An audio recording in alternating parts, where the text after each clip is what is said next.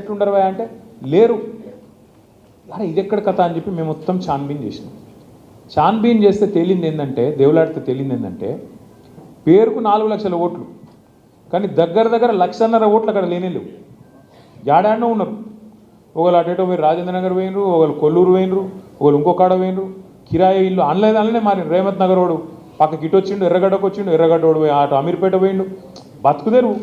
కిరాయి ఎక్కువైందో లేకపోతే పంచాయతీ అయిందో ఏదో ఒకటి అయింది, పోయినావు. లేదా ఇల్లు ఇంకొకటి దొరికింది, పోయినావు.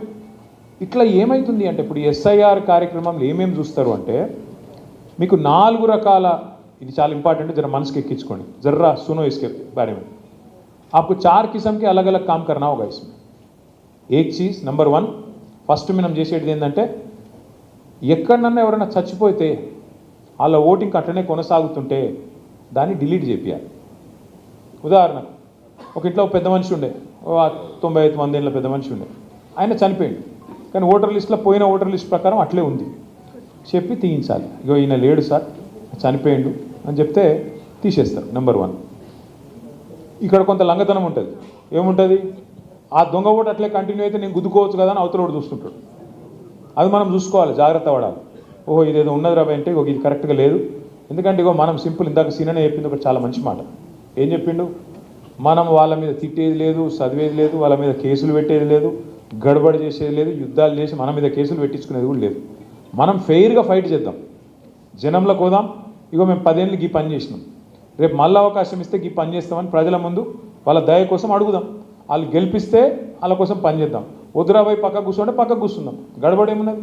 అంతేగాని దొంగ ఓట్లు వేయించుకున్నాడు, దొంగ ఓట్లు రాయించుకున్నాడు, మళ్ళీ వాటిని గుద్దుడు, అది ఎందుకు, ఆ టెన్షన్ అంత ఎందుకు మనకు. అందుకే మనం ఫెయిర్ ఫైట్ కోసం, పారదర్శకంగా పనిచేయడం కోసం మనం 4 పనులు చేద్దాం, వాళ్ళకి సహకరిద్దాం. ఎలక్షన్ కమిషన్ ఎట్లా, నెంబర్ 1 చనిపోయిన వాళ్ళు ఉంటే వాళ్ళ ఓట్లు ఖచ్చితంగా డిలీట్ చేయించాలి, నెంబర్ 1. నెంబర్ 2 దానికి ఫామ్స్ గేమ్స్ ఉన్నాయి, మీకు మళ్ళీ అన్నీ చెప్తారు, మన పెద్దలు చెప్తారు, మన పవన్ చెప్తారు, ఇంకా మిగతా వాళ్ళు చెప్తారు. ఆ ఫామ్స్ కూడా మీకు అందజేస్తారు. నెంబర్ 2, ఇదివరకు లేదు, ఇప్పుడు 18 ఏళ్ళు నిండిన వాళ్ళు ఉంటారు పిల్లలు, మన ఇంట్లో పిల్లలు కావచ్చు, ఇంకోళ్ళు కావచ్చు, 18 ఏళ్ళు నిండిన వాళ్ళు ఉంటారు. వాళ్ళకి కంపల్సరీ రాయించాలి. ఇగో మా పాపకు 18 ఏళ్ళు వచ్చినాయి, దయచేసి మీరు రాయండి, రిజిస్టర్ చేసుకోండి అంటే ప్రూఫ్ అడుగుతారు. బర్త్ సర్టిఫికేట్ ఇవ్వాలి, జిహెచ్ఎంసీలో ఇచ్చింది ఉంటుంది, చూపెట్టుకో 18 ఏళ్ళు బర్త్ సర్టిఫికేట్ అంటే ఓటు ఎక్కిస్తారు. 3వది, ఎవరైనా మీ చుట్టాల పిల్లగాడు వచ్చి మీ దగ్గర చదువుకుంటున్నాను అనుకో, ఉదాహరణకు ఇప్పుడు మా పవన్ యాక్చువల్గా సిరిసిల్ల అయినది, ఏడొచ్చి స్థిరపడ్డాడు. సిరిసిల్ల పక్కకు తాడూరు అని ఊరు ఉంటుంది. చిన్న నీకు ఎరికేనా నేను సిరిసిల్ల, తాడూరు అని ఊరు, పవన్ కుమార్ గౌడ్. అయితే ఆడికెళ్ళి ఇడికి వచ్చిండు. ఇడికి వచ్చినాక ఎవడో తాడూరు కూడా వస్తాడు కదా, అరే పవన్ అన్న మీ ఇంటికాడికి వచ్చి చదువుకుంటాను, ఇంజనీరింగ్ చదువుకుంటాడు నా కొడుకు అని ఎవడొచ్చేటప్పుడు పంపుతాడు. ఆ పిల్లగాడు ఇడికి వస్తాడు, ఈయనే ఉంటాడు. మరి ఇప్పుడు ఎలక్షన్ వచ్చింది, మీరు ఏం చేయొచ్చు, ఆ పిల్లగానికి ఛాయిస్ ఇవ్వచ్చు. తమ్మి నీ ఓటు ఈడ రాయించుకుంటావా, ఆడనే ఉంచుకుంటావా, దబ్బనని ఈయనే రాయించుకుంటా మామ అన్నాడు అనుకో, ఈయనే రాయించురి, ఆడ కట్ అవుతుంది, ఈడ యాడ్ అవుతుంది. మీకు తెలుసు, నేను చెప్పాల్సిన అవసరం లేదు, చాలామందికి మన రాష్ట్రంలో, మన హైదరాబాద్లో 2 ఓట్లు ఉన్నాయి. ఓటు ఈడు ఉంటుంది, ఓటు ఊళ్ళో ఉంటుంది, పక్కన నేను చెప్పేది. ఇక ఇప్పుడు అది ఎగిరిపోతుంది, ఆడనో ఎన్నో తెలుసుకోవాలి. నువ్వు హైదరాబాద్లో ఉండే మాట నిజమైతే ఇన్నే రాయించుకో, లేదు నేను తాడూరులో రాయించుకుంటా ఊళ్ళోనే ఉంటా అంటే ఆడనే రాయించుకో. అట్లా మీ ఇంట్లో ఉండే ఎవరైనా చిన్నపిల్లలు చదువుకుంటానికి వచ్చిన వాళ్ళు, వాళ్ళు చిన్నపిల్లలు కాదు చదువుకుంటానికి వచ్చి, మళ్ళీ చిన్నపిల్లలు అంటే టీవీలో విలియం వేసి పడతారు, చిన్నపిల్లలకు ఓటు రాయించమన్నాడు అని చెప్పి అదో బాధ.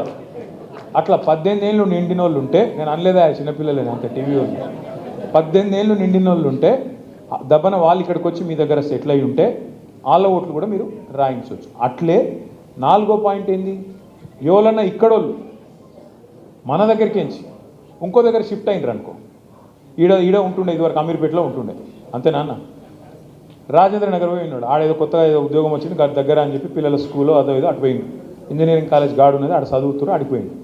ఆడ పోయినాక ఆడింట్లో ఉంటుంది, ఈడ కూడా ఒకటి ఉంది, ఆడ కూడా ఒకటి ఉంది. ఇక్కడికి వెళ్ళిపోయింది కాబట్టి కట్ చేయించాలి. 4 జరిగేది ఏం లేదు, పెద్ద ఇంట్లో కథ ఏం లేదు. 1 చనిపోయిన వాళ్ళ ఓట్లు తొలగించడం, 2వది కొత్త ఓట్లు రాయించడం, 3వది ఎవరన్నా ఇక్కడికి ఓటర్ షిఫ్ట్ అయితే వాళ్ళది రాయించడం, 4వది ఇక్కడి ఓటు ఎక్కడికైనా షిఫ్ట్ అయితే దాన్ని తీసేయించడం. ఇక 5వది అన్నిటికన్నా ముఖ్యమైనది, ఇక బీజేపీ ఓడు కాంగ్రెస్ ఓడు లంగతనం చేసి మనోళ్ళు సంబంధించి బీఆర్ఎస్ వాళ్ళు వీళ్ళు సీనన్న మనుషులు అని చెప్పి వలాయించి కట్ చేస్తుండ అనుకో, ఏదో ఇక మనోళ్ళు అని రిజిస్టర్ అయిన వాళ్ళు ఇక బరాబర్ మొత్తం లెక్క పెట్టాలి, పత్రం పెట్టాలి.